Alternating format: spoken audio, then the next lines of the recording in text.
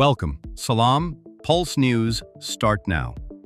Canada was never meant to lead. It was never meant to dominate, and certainly never meant to push back.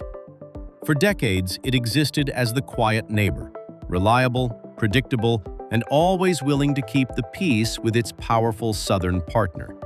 It supplied resources, stabilized markets, and accepted a role that many believed was permanent.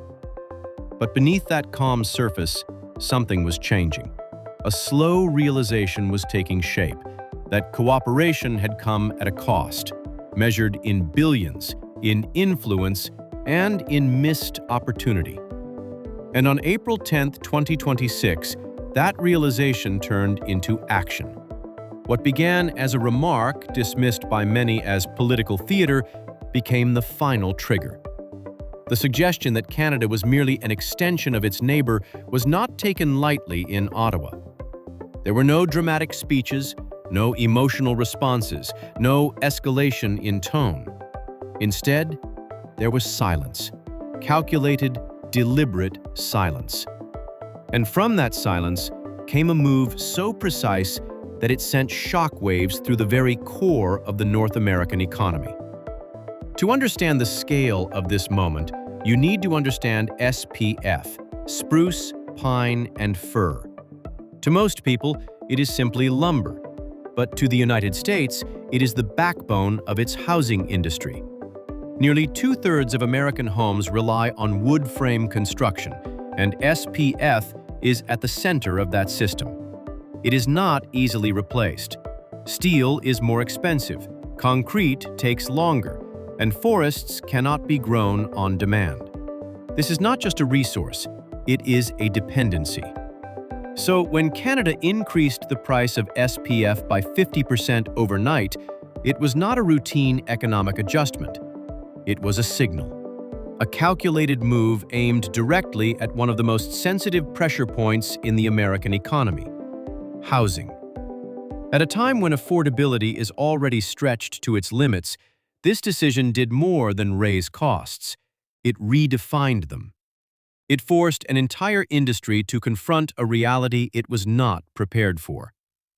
The impact was immediate, not in Canada, but in major U.S. economic hubs like Dallas and Atlanta, where construction firms suddenly found themselves facing a crisis. These companies operate on tight margins, with carefully balanced cost structures. A sudden surge in their primary material cost was not something they could absorb easily. It forced impossible decisions: raise home prices and risk losing buyers, or maintain prices and accept mounting losses. Projects began to stall. Permits were reconsidered. Entire developments were placed on indefinite hold. Investors reacted quickly, pulling back as uncertainty spread. Because this was not a normal market fluctuation, it was a geopolitical move, one that could not be predicted or easily hedged against. The ripple effects extended far beyond construction sites, reaching mortgage markets, employment forecasts, and consumer confidence across the country. But this move was never just about economics. It was a message to the world. For years, Canada had been viewed as a passive player in global trade, stable, cooperative, but ultimately reactive. That perception has now shifted. By leveraging control over a critical supply chain, Canada demonstrated a new kind of power, one rooted not in volume, but in necessity. Other nations are watching closely.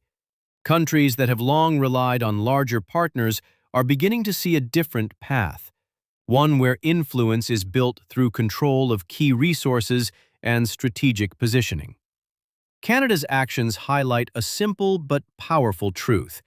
Sovereignty is not just about borders or politics. It is about pricing power. It is about the ability to shape outcomes by controlling what others depend on.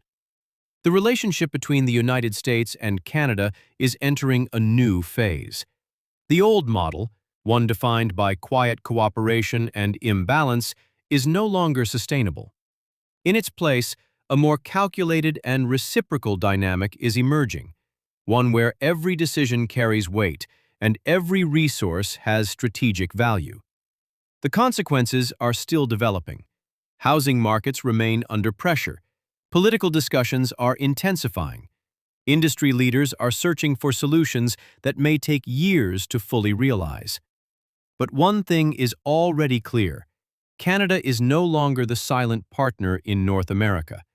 This moment marks the end of an era, the end of restraint, the end of undervaluation, and the beginning of something far more deliberate, a shift toward strategy, toward leverage, toward a recognition of true economic power. The question now is no longer what can be taken without consequence. The question is, what cooperation will cost in a world where resources define influence and dependence defines vulnerability? Because in today's global landscape, power does not always announce itself loudly. Sometimes it moves quietly, precisely, and with lasting impact. And when it does, the effects are felt not just in headlines, but in the foundations of everyday life.